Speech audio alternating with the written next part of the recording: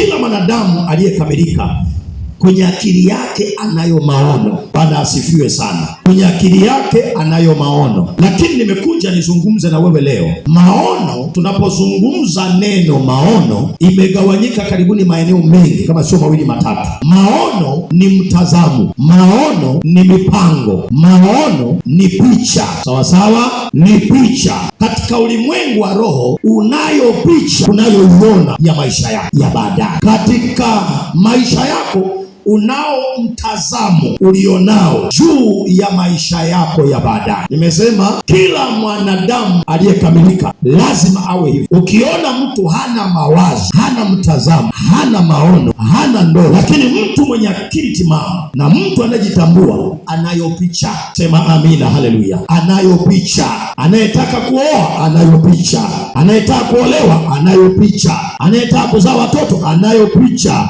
anayetaka kufungua biashara anayo picha, anayetaka kujiendeleza kielimu anayo picha, anayoiona na anaweza akaiandika na watu wote wakaijua kwamba anaona hiki na hiki na hiki. Lakini nataka nikwambie habari mbaya mchana wa leo kwamba adui ana uwezo wa kuzimisha picha ya mtu, ana uwezo wa kuyazimisha maono. Anaweza kufanya hivi, anaweza kufanya hivi. Kama anaweza kuyapindisha maono ya mtu, basi ana uwezo hata wa kuyazimisha. Bwana asifiwe sana. Ana uwezo wa kuyazimisha.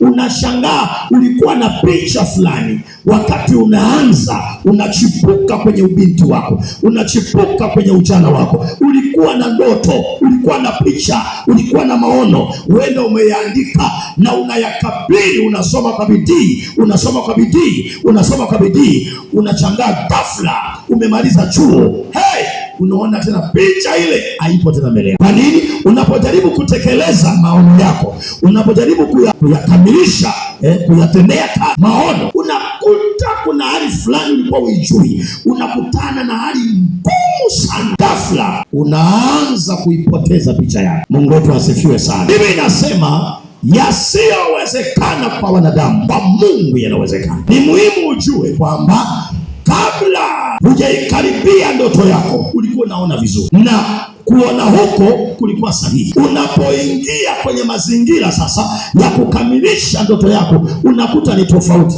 Bwana asifiwe sana. Kama tuko pamoja, punga mkono juu namna hii, haleluya. Kuna mambo kadhaa ambayo tunakutana nayo tunapokwenda kukamilisha ndoto zetu, na hayo mambo yanazimisha ndoto zetu, yanazimisha picha tulizokuwa nazo kwenye vichwa vyetu.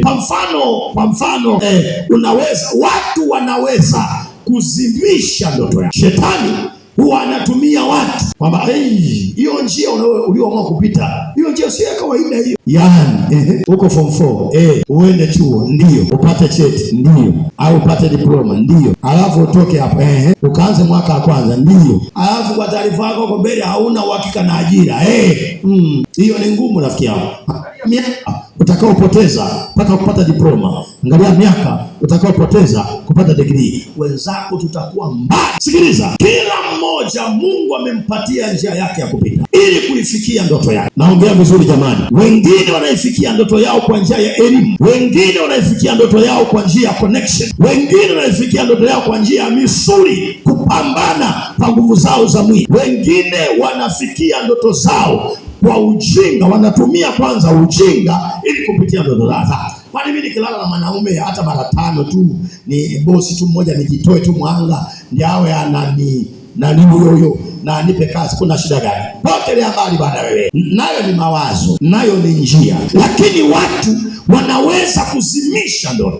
Unapolala na mwanaume yoyote, yale mashetani ako nayo, yale malaana ako nayo, ile mikosi ako nayo, anakumiminia yote. Na kulala na mwanaume mmoja tu anaweza kuharibu future yako yote. Kulala na binti mmoja tu anaweza kuharibu future yote ya maisha yote, anamaliza yote na ndoto zako zinaharibikia hapa. Mungu wetu asifiwe. Kwa hiyo shetani anatumiaga watu kuzimisha ndoto za watu, ama kwa maneno, kwa ushawishi na kwa kukutazamisha hiyo njia unayoipita ni njia ngumu mno. akikukuta unaingia kupiga mawe huko kokoto na una degree, unajishangaa, hivi mimi mwisho wangu ndio hapa? Alafu unakuta wa darasa la wengi ndio anakuambia hapo napiga vibaya, tupige hivi. Wewe ndio mwanafunzi wao, wazee wa darasa la wengi. Kule ni kama wanione. Jamani, tuko pamoja huko vijana? Bwana asifiwe tena. Watu wanaweza kuharibu future yao. Shetani anawatumia kuzimisha ndoto, kuzimisha maono, kwa kukudhihaki, kwa kukuvunja moyo, ama kukutazamisha ugumu wa hiyo njia unayoipitia. Lakini nimekuja na habari njema tena mchana wa leo, ya kwamba ndoto yako leo itahuishwa tena, mawazo yako tena yatarejeshwa tena. Yasiyowezekana kwa wanadamu, amini kwa Mungu anawezekana. Ile njia walishindwa wale, kila mtu ako na neema yake. Wewe ulishindwa, mimi sitashindwa. Hiyo njia ulipita, ulishindwa, mimi napita hiyo hiyo na ninatoboa kwa jina la Yesu. Kwa nini? Uwezo ulio ndani yangu ni mkubwa kuliko uwezo wa kwako. Huwezi nivunja moyo kwa sababu wewe ulipita hapo ukashindwa. Mimi najua namna ya kupita. Asante kuniambia kwamba hiyo njia ni ngumu. Kwa hivyo lazima nijaze kifua sawasawa, kwa sababu nina habari na nina taarifa zote kwamba njia anayoipita ni njia ngumu. Inahitaji watu wenye moyo, wasiokata tamaa, wasiovunjika. Niko hapa niamshe akili ya mtu mmoja kwamba hiyo ndoto ulionayo bado hujachelewa, inawezekana kuikamilisha. Usiifute wala usiipoteze. Endelea kuisomea, endelea kuipeleleza, endelea kuitafiti. Utafika unakotamani kufika kwa jina la Yesu aliye hai. Watu wasikuvunje moyo. Kwa hivyo shetani anaweza kutumia watu kuzimisha ndoto yako.